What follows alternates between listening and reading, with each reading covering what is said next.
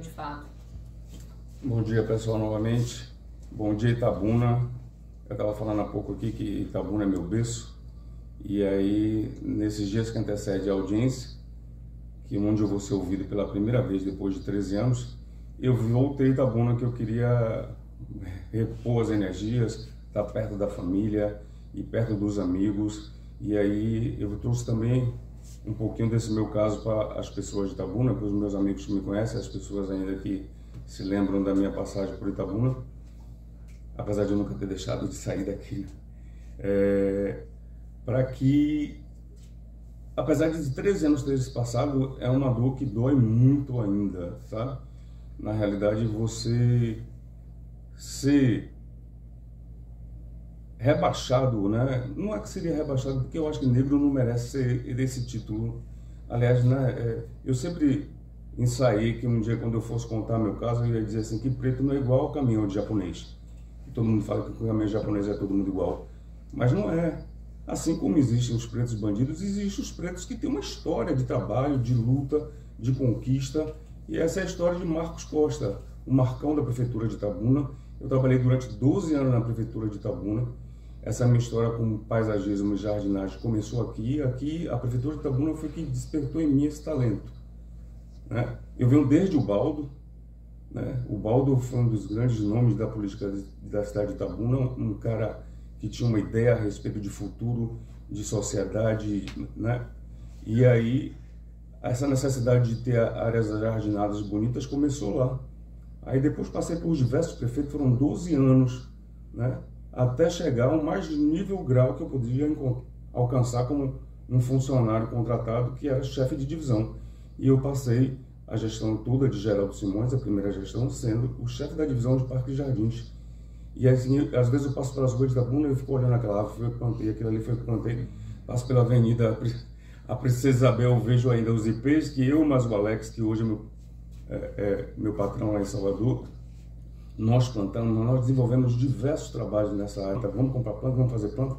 E aí foi que aí aguçou mais esse trabalho. E o Alex, que hoje é meu patrão, sempre falava assim, um dia que eu puder pagar o seu salário, eu levo você para trabalhar comigo lá em Salvador. E assim o fez. E hoje já são 25 anos. E são 35 anos da minha vida trabalhando com paisagismo. A única coisa que sei fazer é trabalhar com jardim. Foi a coisa que me alimentou e me alimenta e me sustenta até hoje. O interessante eu falar de Itabuna eu tenho um amigo aqui na região, ele é um ativista político negro da causa ecológica, que é Valmir do Carmo. Um dia eu tive uma discussão bem acalorada com o Valmir, porque a criação que eu tive, eu nunca percebi que eu era preto. Aí eu falo para ele assim, Valmir, você foi meu primeiro amigo preto. Ele se revolta quando eu falo isso. Porque assim, ele que vestia essa camisa, ele que trazia essa coisa da negritude, eu nunca precisei disso, né? Apesar de vir de uma família sem grandes posses, mas eu estudei nos melhores colégios, eu era filho único, o povo disse, esse menino é mimado demais. Mas eu tive todas as coisas que um menino branco. Chegava na escola, a maioria dos meus amigos eram brancos, fui crescendo, a maioria dos meus amigos foram brancos, fui para a universidade, a maioria dos meus amigos foram brancos. E assim, eu nunca me pus nesse lugar de preto. Esse incidente acabou trazendo toda essa coisa que havia escondido dentro de mim. Assim, você foi preto a vida inteira, você só que não caiu, mas só que você foi um preto que se posicionou, você estudou, você, né, se formou, você se especializou, você teve cursos pra caramba, você hoje trabalha em uma das melhores empresas de paisagismo da cidade de Salvador, as pessoas reconhecem, as pessoas da área de decoração, de arquitetura, outras empresas de paisagismo. Quando Alex botou esse primeiro post dele no Instagram, eu nunca imaginei a quantidade de pessoas me abraçando e falando coisas que eu nem sabia que eles achavam isso de mim, né? Eu falava assim, eu me senti um pouquinho, muito, chegar embarguei, porque quando eu me lembro dos comentários é uma coisa realmente muito... E essas pessoas não tinham esse direito, como tem o direito de fazer isso com nenhuma pessoa. Sabe, você não pode indicar uma pessoa, apontar para ela, foi ela que fez isso, só porque ela é preta, e ela está no Uno. Talvez, eu acho que até o próprio do Uno entrou na história como sendo um carro, né, de gente pobre, de gente com menos valor. Ninguém sabe qual foi a luta para eu poder ganhar esse carro. O quanto que eu tive que trabalhar, o quanto que eu tive que dar duro, o quanto que eu suei, o quanto que eu mostrei que eu era capaz e o quanto eu era necessário para a empresa que eu trabalho. E aí, essa coisa toda começou como você ser apontado na rua, você ser dito, é aquele o preto ali, você ter a sua casa invadida por mais de 20 policiais, 6 horas da manhã, e você acordar com isso, né? Homens armados. Aí eu me pergunto assim, e se eu tivesse reagido? Se eu não tivesse concordado com o que estava acontecendo? Se eu não fosse a pessoa que eu sou, né? Um povo às vezes fala assim, Marcão, você é muito bunda mole, desculpa o termo. Mas assim, eu não reajo, eu não teria que reagir. Então eles chegaram, inventaram uma história para poder entrar na minha casa, e aí me fizeram sentar, calma, calma, calma, e foi aí que eu fui saber que eu estava sendo conduzido para eu tinha um mandado de prisão contra mim, mas até agora eu não sabia do que se tratava. Eu só vim saber o que é que se tratava quando eu já estava lá na delegacia sendo ouvido por uma delegada que também não tinha muito conhecimento a respeito do caso. Na investigação foi tudo entregue pronta a ela, e ela foi...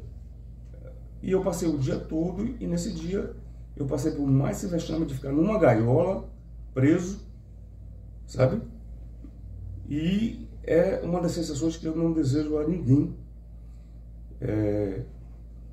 Nem para quem tem culpa no cartório, nem para quem não tem. Assim, é uma coisa desumana. Você é tratada como bicho, a partir daquele momento você é visto como uma ameaça. Eu, durante esse processo, eu sempre fui visto como uma ameaça.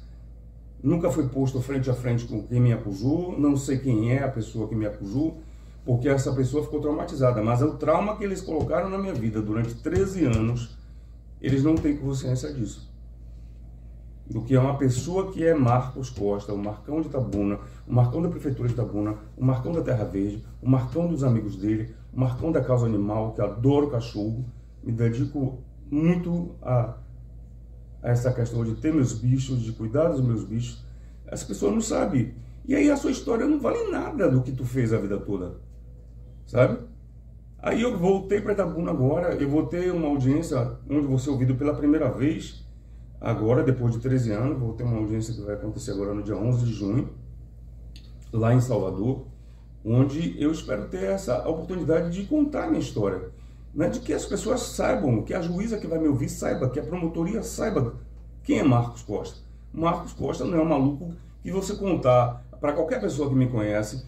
Você é capaz de ver Marcos perseguindo um casal com uma criança dentro do carro, na contramão, segundo está lá no laudo, e dando tiros numa pessoa? Eu nunca peguei uma arma na minha vida, apesar de ter irmão delegado, irmão primo, né? Eu fui criado como irmão, mas são meus primos. Eu tenho primos policiais, advogados, minha família é repleta de gente que representa a lei, pessoas, sabe, que foi essa criação que eu tive, sabe? Primeiro você vai fazer o bem, primeiro você vai ser honesto, primeiro você vai crescer, você tem que crescer, você tem que conseguir o seu sustento, mas não é passando ou tentando, eu não vejo um motivo, né? Na realidade, assim, a grande pergunta, assim, qual era a motivação de Marcão para tentar matar essa família? O que é que Marcão tem a ver com essa família? Onde a história de Marcão cruza com a história dessa família? Não tem. Só porque eles têm esse poder aquisitivo, uma representatividade perante a justiça maior do que a de Marcão, Marcão é ninguém. Mas só que Marcão é um cara grande. Ele é um cara grande aqui em Itabuna, ele é um cara grande em Salvador com os amigos dele, ele é um cara grande na área de trabalho que ele representa. Assim, Alex sempre fala assim, Marcos, você é a paciência da empresa. Quem conhece Marcão é incapaz de ver ele destratando uma pessoa, sendo descortês, sabe? Eu sou a amabilidade em pessoa. Chega a ser o tal de bunda mole, como o pessoal fala. Que eu acho que todo mundo tem que ser bem tratado. E eu quero ser visto como a pessoa que é educada. Eu, quando era mais novo, eu achava pejorativo a história de dizer assim. Mas Marlene é o nome de minha mãe. Marlene, seu filho é tão educado. É porque educado é pejorativo você para um menino preto, sabe? E até hoje eu acho que se você chamar um menino de educado, é igual assim, seu filho faz balé, ou qualquer coisa desse sentido. Mas eu sempre fui muito educado. Eu tive uma criação esmerada para ser rígida para saber comer, saber sentar, saber tudo. Minha família, eu penei, e hoje eu agradeço a minha tia, deve estar ouvindo aí agora, que foi a responsável pela minha educação. É uma mulher da educação, até hoje se aposentou na educação. E ela cuidou da minha educação, ela cuidou como se comportar. Então hoje eu sou um preto bacana, que sabe chegar, sabe sair, sabe entrar. Já entrei nas casas mais improváveis que vocês possam imaginar na cidade de Salvador. De pessoas de muito dinheiro, de pessoas... E entro e frequento a casa, e entro pelos quartos e sento à mesa, sabe? E aí... a gente fala assim da capital, mas é uma outra realidade, é bem diferente. Itabuna não está muito distante, mas a realidade que se vive, né? De você vai para casa de um cliente, ele manda o helicóptero lhe buscar e você vai de helicóptero para casa dele, que fica numa ilha que só pode chegar de helicóptero. Então, assim, eu lutei muito para chegar ao patamar onde estou. E não pode chegar uma pessoa chegar e dizer assim, ó, aquele preto ali é vagabundo, aquele preto ali é marginal, aquele preto ali é bandido. Porque nem todo preto não é bandido. Você tem que procurar saber quem é aquele preto. Quem é ele na história, quem é ele na sua comunidade, na sua sociedade, na sua família. Não façam isso não, porque vocês que se sentiram ameaçados, perseguidos, vocês pegaram a sua culpa e o seu medo, a sua angústia e colocaram na família daquele preto. Porque vocês acham que cessaram o problema de vocês, mas vocês colocaram um problema numa outra família. Essa família sofre, essa família hoje, até hoje, não é sossega, porque a gente não sabe o que pode acontecer, né? Se essa pessoa com o poder que tem resolver que você merece ser preso novamente. Então, é uma angústia, é uma espada na sua cabeça. Às vezes você desliga, às vezes você, sabe, a sua vida corre, acontecem coisas boas, você viaja, mas tem os gatilhos, é uma viatura que lhe aborda, é um cachorro que late de noite, você acha que a polícia já de novo invadindo a sua casa, aí que você vai ser preso, né? É buzina na sua porta, você cria uma série de gatilhos para a sua vida que você não tem necessidade disso. Você que é uma pessoa boa, você que era uma pessoa feliz, você que é uma pessoa completa, um profissional de capacidade, e você ser reduzido a uma ameaça, a ameaça preta do Uno Vermelho. Eu me auto-intitulei assim. Mas algumas pessoas estão perguntando para entender um pouco a história. Houve esse atentado contra esse casal com uma criança no carro, não é isso?